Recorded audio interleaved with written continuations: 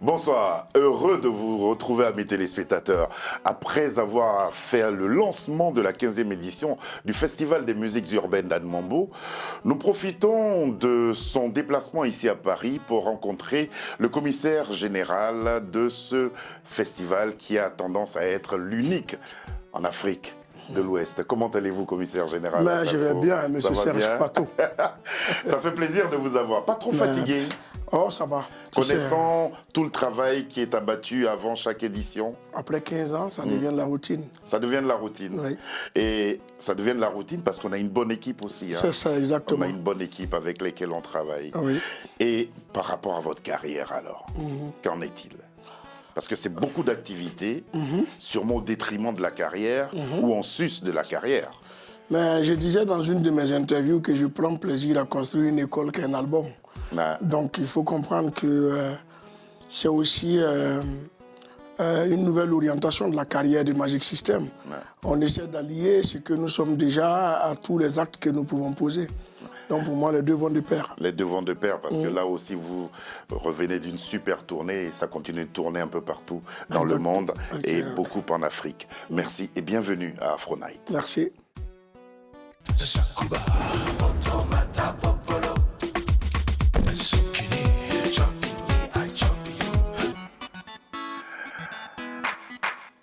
Nous allons tout de suite aller à la rencontre d'une personne qui a beaucoup d'affection pour vous. Oui. Et elle en témoigne à travers ce court extrait.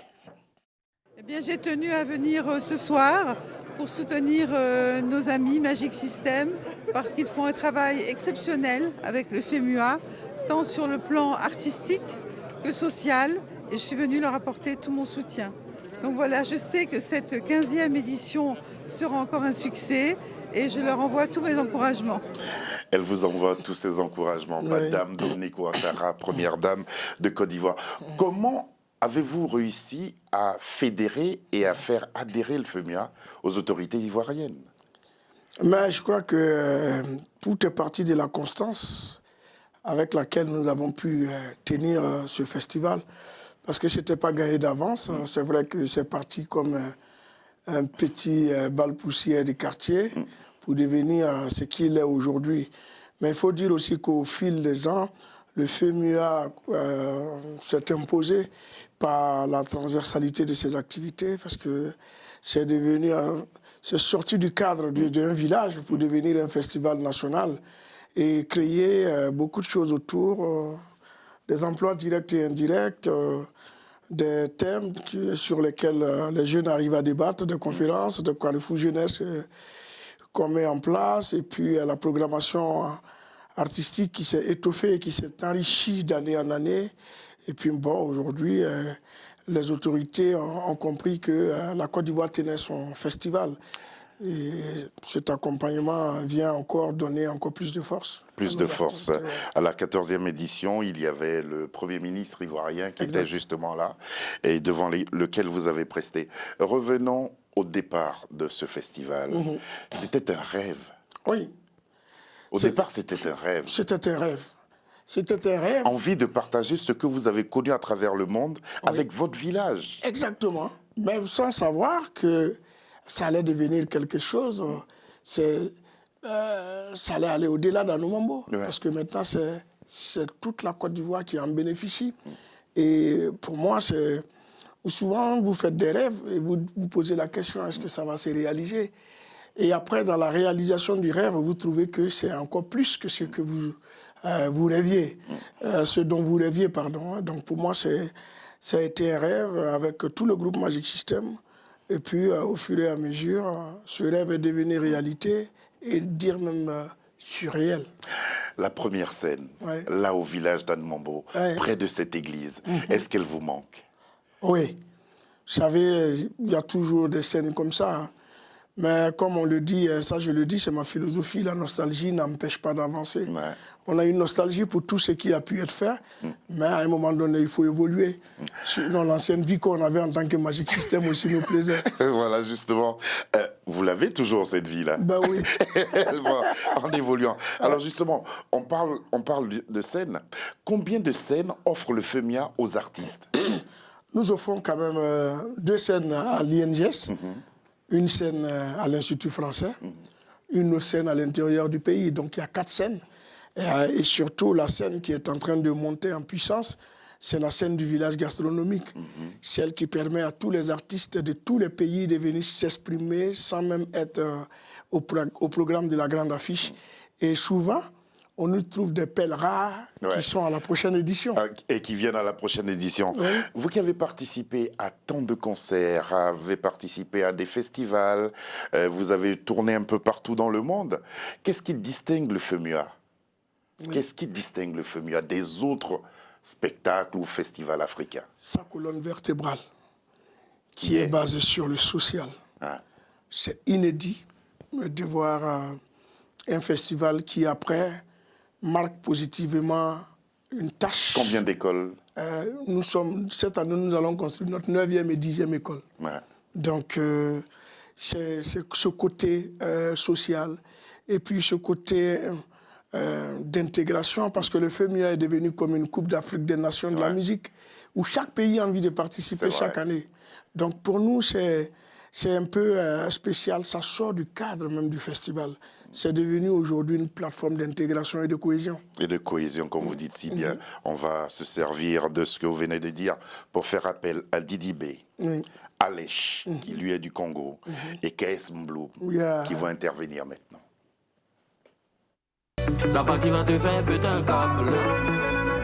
La partie va te faire péter un câble. Azala Capon, il t'a parlé de blocs dans leur poing.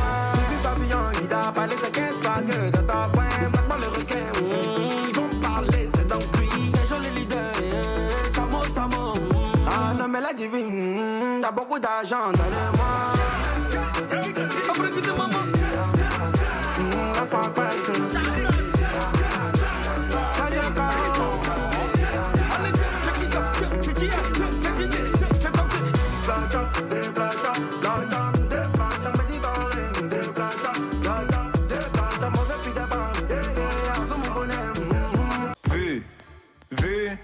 Vu, on va se faire vu. Vu, moi je vais pas te bloquer, on va se faire vu. Vu, on va se faire vu. Vu, toi aussi tu m'écris, non, on va se faire vu. Vu, on va se faire vu. Tu pensais que je vais, j'aimais là. Toi t'es d'abord qui, t'es mon poumon. Je respire avec tes narines. Toi tu crois t'es qui, toi t'es Fali. Regarde, faut te calmer. Moi j'aime pas bêtise, moi je suis taré. Tu peux voir, moi je viens bien chez vous, mais je viens uniquement pour te taper. Avec ton corps de téléphone là, tu crois que tu peux faire vu. Sia, macaque. T'es pas la fille à Bill Gates, t'es pas la fille à Poutine. Donc, Katouka, vu, on va se faire vu. Je dis jamais, c'est quel problème qui le fait réguler. Il ne ment jamais, c'est quelle promesse il peut pas assumer. Je suis son enfant, papa est là, je peux pas y jouer. Ça met sur moi, c'est quelle colère que je peux pas jouer.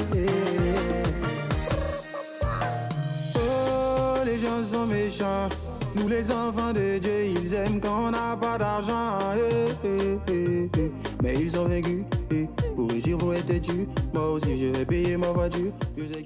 Samu Succès, Safari Lobiang, Noura et les Lyon, Didi B, Alech, KS Mbloum, Baba Mal, Roselyne Layo, Ferregola, Bouba, Tikenja, Singila. J'en ai oublié? Non, tu en as rajouté. Ah bon? Oui. Tikenja, c'est vrai qu'on aurait bien voulu l'avoir, mais cette année, le programme ne permet pas. Voilà. Autant pour moi. Donc pas de reggae cette année. Non, il y a du reggae parce que Nourat et les Lions du Burkina, c'est du reggae. Ouais, la Lyon. Quels sont justement les critères pour la programmation musicale? Les critères s'appuient d'abord sur... il y a des critères techniques. La carrière, la constance de la carrière de l'artiste. Les spectacles donnés par cet artiste, et puis le critère qui vient faire, comme c'est les valeurs que cet artiste peut dégager hein, vis-à-vis des populations, vis-à-vis de sa carrière, le modèle qu'il a pu être tout au long de sa carrière. Et voilà, quand on a ces 3 critères, c'est bon. On peut participer à ce festival. Que dire de l'équipe? Parce que c'est vrai qu'on vous voit, mais l'équipe qui vous accompagne, elle est constituée de combien de personnes? Je ne sais plus. Parce que l'équipe qui accompagne, en dehors des employés fixes de Gaou Productions et de la Fondation Magic System, c'est toute une pléiade de bénévoles qui travaillent autour du festival. Mais si je veux parler de mes proches collaborateurs, ceux qui sont autour de moi, c'est une trentaine de personnes qui vraiment sont impliquées et qui aujourd'hui me donnent, parce qu'il y a 5 ans de cela, j'étais au four et au moulin pendant le FEMUA. Aujourd'hui, je crois qu'ils m'ont permis, de par leur expérience, de déléguer et de me sentir vraiment à l'aise pour pouvoir vaquer à d'autres choses. Alors justement, comment vous définissez aujourd'hui le rôle du commissaire général que vous êtes? Le rôle du commissaire général, c'est de stabiliser les partenariats qui existent déjà, d'essayer de rassurer tout un chacun, de superviser aussi un peu toutes les activités annexes et de développer le festival, parce que c'est un projet incrémental. C'est un projet qui, chaque année, doit créer d'autres aspects qui peuvent toujours contribuer au bien-être des populations. Et puis, voilà, donc le commissaire devient aujourd'hui comme le chargé des relations extérieures du festival, celui qui porte le festival vers les partenaires et vers les institutions. Tout en étant à l'intérieur du festival. Sécurité alimentaire et agriculture durable. C'est le thème de cette 15e édition. Oui. Qu'est-ce qui explique le choix de ce thème? Mais parce qu'on était tous endormis sur l'alimentation en Afrique. On a cru qu'on était autosuffisant alimentaire parce qu'on mangeait de la loco, on mangeait de la tchéké. Mais il a fallu la pandémie du Covid et aussi la guerre en Ukraine pour savoir que l'Afrique n'est pas aussi autosuffisante. Sinon, même elle ne l'est même pas. Elle n'est pas à l'abri. Elle n'est pas à l'abri des famines. Voilà. Donc, il va falloir créer comme ça des plateformes pour essayer de sensibiliser les Africains à s'engager plus dans l'entrepreneuriat agricole. Et surtout aussi parce que l'agriculture est l'un des facteurs qui dénature l'environnement. Donc, en y ajoutant un brin de touche sur la protection de l'environnement. Donc, on a parlé d'agriculture durable. Il y a la sécurité alimentaire, il faut faire de l'agriculture, mais il faut tenir compte de l'environnement pour ne pas aussi dégrader notre environnement, parce que ça aussi, c'est un autre danger pour l'Afrique. Venant de la Côte d'Ivoire, qui est un pays qui avait misé beaucoup sur l'agriculture, on éprouve aujourd'hui le besoin de sensibiliser les gens à ce sujet. Ben oui, on éprouve le besoin, parce que la Côte d'Ivoire est un gros consommateur, par exemple, de riz, sans savoir que notre riz est importé. La Côte d'Ivoire est un gros consommateur de produits importés. Donc pour nous, c'est pas seulement la Côte d'Ivoire, parce qu'à l'image de la Côte d'Ivoire, c'est toute l'Afrique qui exporte. J'ai vu la crise en Ukraine où il y a eu une inflation en Afrique. Parce que, et même dans le monde. Oui, on a vu même certains de nos dirigeants faire des pieds de grue pour aller plaider, pour qu'on ouvre des canaux, pour qu'on puisse avoir de la nourriture. Et ça m'a interpellé. Je me suis dit, attention, il y a un danger qui arrive et on est détourné sur d'autres objectifs, alors que le vrai objectif, c'est d'être autosuffisant alimentaire à l'horizon 2030. Il y aura beaucoup de choses à dire autour de ce thème, sécurité alimentaire et agriculture durable. Après le Burkina Faso, le Sénégal, la RDC, c'est le Togo qui est à l'honneur. Qu'est-ce qui explique justement le choix d'inviter un pays à chacune des éditions? C'est une évidence, tout le monde a vu l'actualité, tout le monde a vu qu'il y avait une crise entre la Côte d'Ivoire et le Mali et que le Togo a su jouer de sa médiation pour que les 49 soldats ivoiriens condamnés puissent être libérés. Donc déjà, il y a une reconnaissance que nous voulons témoigner à travers cette invitation. Aux efforts du président Faure. Aux efforts du président Faure Yassimbe. Maintenant, il y a aussi ces liens historiques qui existent entre la Côte d'Ivoire et le Togo qu'il fallait mettre en exergue. Et comme je vous l'ai dit, la culture est un facteur qui renforce les liens, l'intégration et qui rassemble. Qu'est-ce qu'ils viendront mettre en exergue, les Togolais? Mais leur richesse culturelle, touristique, gastronomique. On connaît le Togo de Adebayor, on connaît le Togo de Fort, mais des Toufan et tout ça. Mais on ne connaît pas le Togo sur sa gastronomie. C'est un même mélange de la gastronomie togolaise à la gastronomie béninoise, même s'il y a des similitudes, il y a quand même souvent une petite différence. Ouais. Et puis le Togo a des top modèles. Le Togo a beaucoup d'artistes à part Toufan et King Mensa. Ouais. Le Togo a beaucoup de choses à montrer et je crois qu'au cours de ce FEMUA, les autorités togolaises qui se sont engagées à déployer, à accompagner les artistes et tout, viendront aussi montrer la politique culturelle du Togo. Politique culturelle du Togo. On va maintenant s'intéresser à un artiste sénégalais, à une jeune chanteuse qui fait beaucoup de tapage en ce moment et beaucoup de bien à ses mélomanes, Roselyne Layo. Et on va parler aussi d'un monsieur qui vient de la RDC, qui lui revient au FEMUA. Il s'agit de Baba Mal, il s'agit de Ferregola, il s'agit de Roselyne Layo. On les écoute.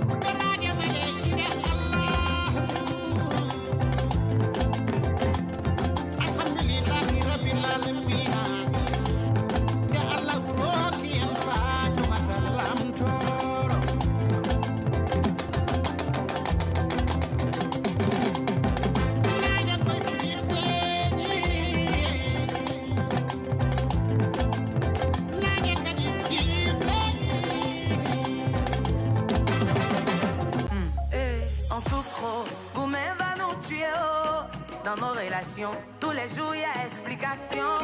Voilà, et on souffre trop. Toujours ces discours, jusqu'à même pour gagner bisous. Souvent on se met à genoux. Pourtant on dit que l'amour se trouve partout. Mais apparemment, pour nous là, ça est dans le trou. Aujourd'hui matin c'est doux, le soir ça devient bizarre. Le lendemain c'est renversé. Love est devenu vélo.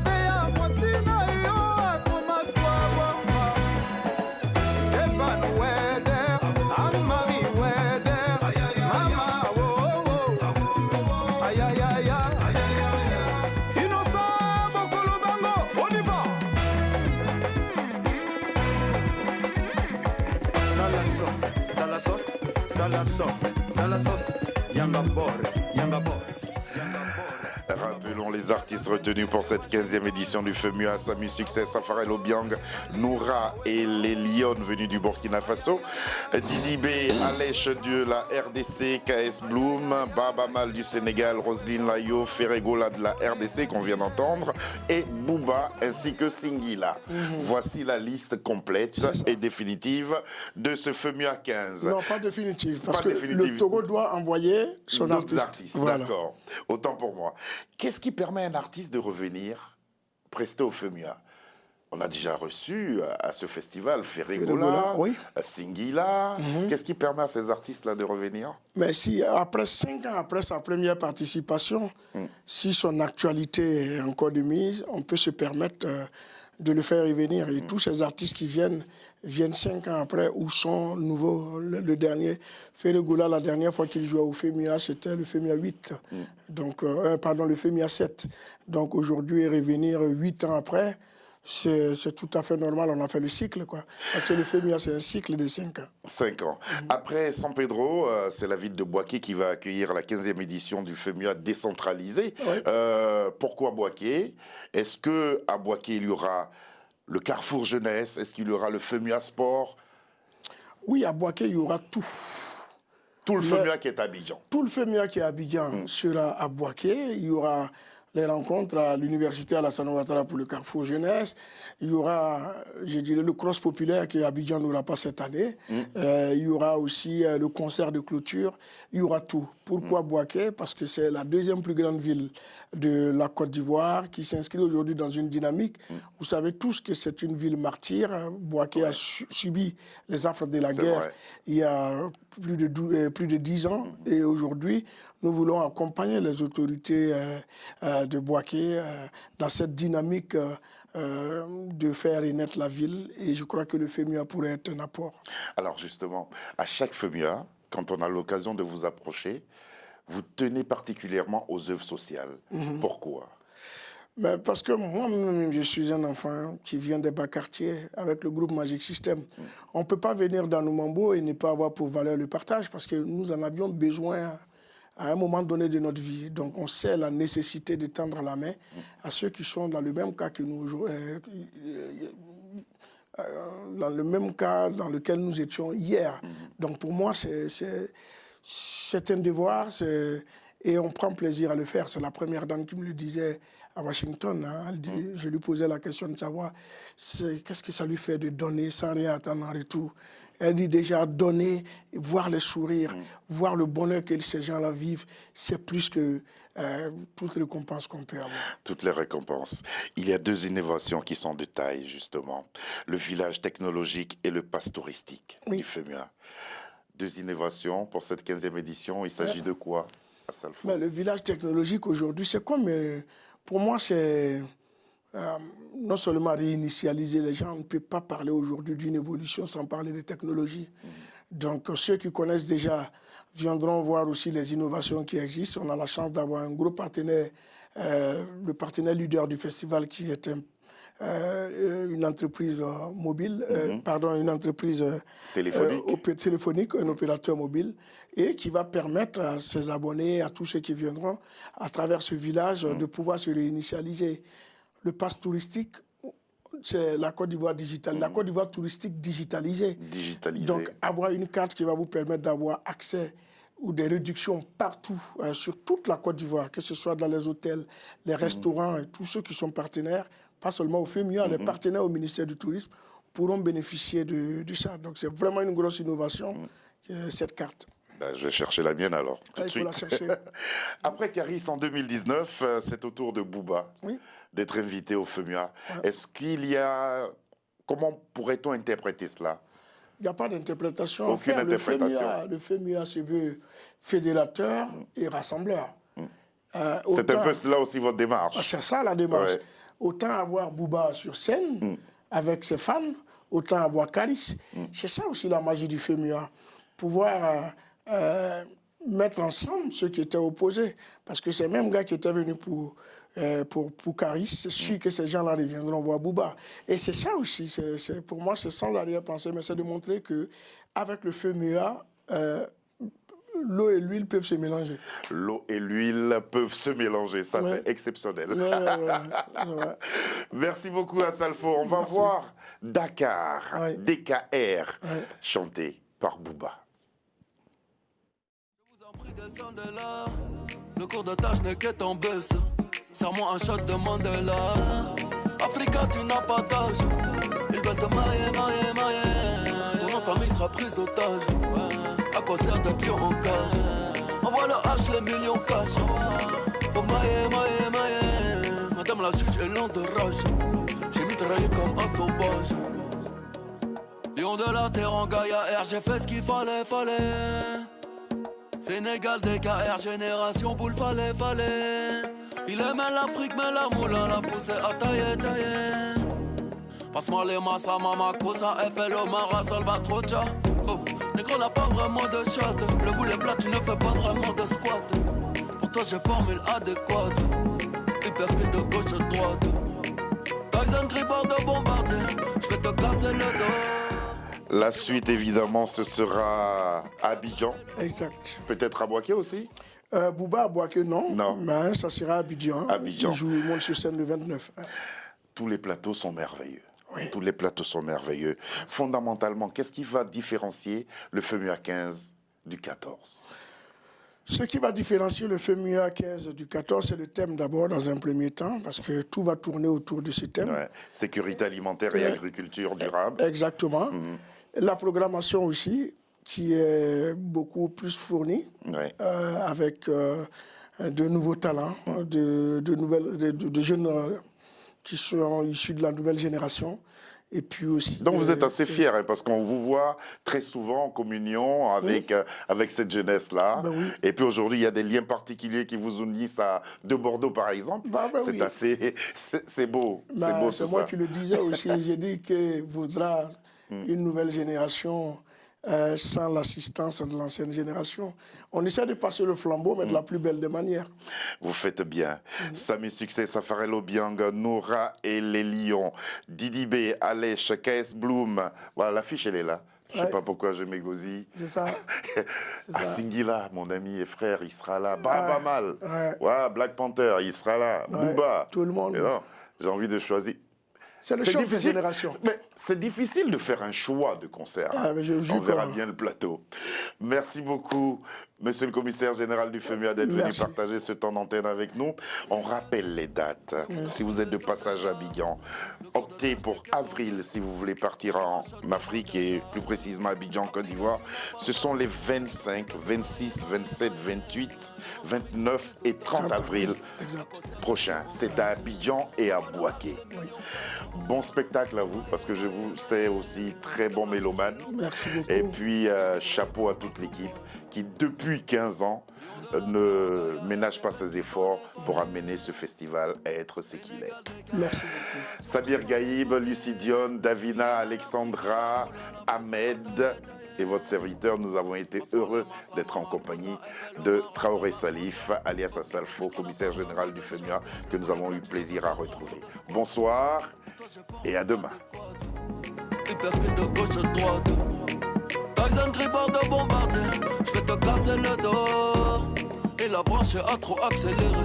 Elle a gâté le roi. Première roue arrière et des mers. J'ai changé le port. Je suis pirate donc loup de mer. Je peux te montrer les crocs. Hypercute de gauche à droite. Tyson Gribord de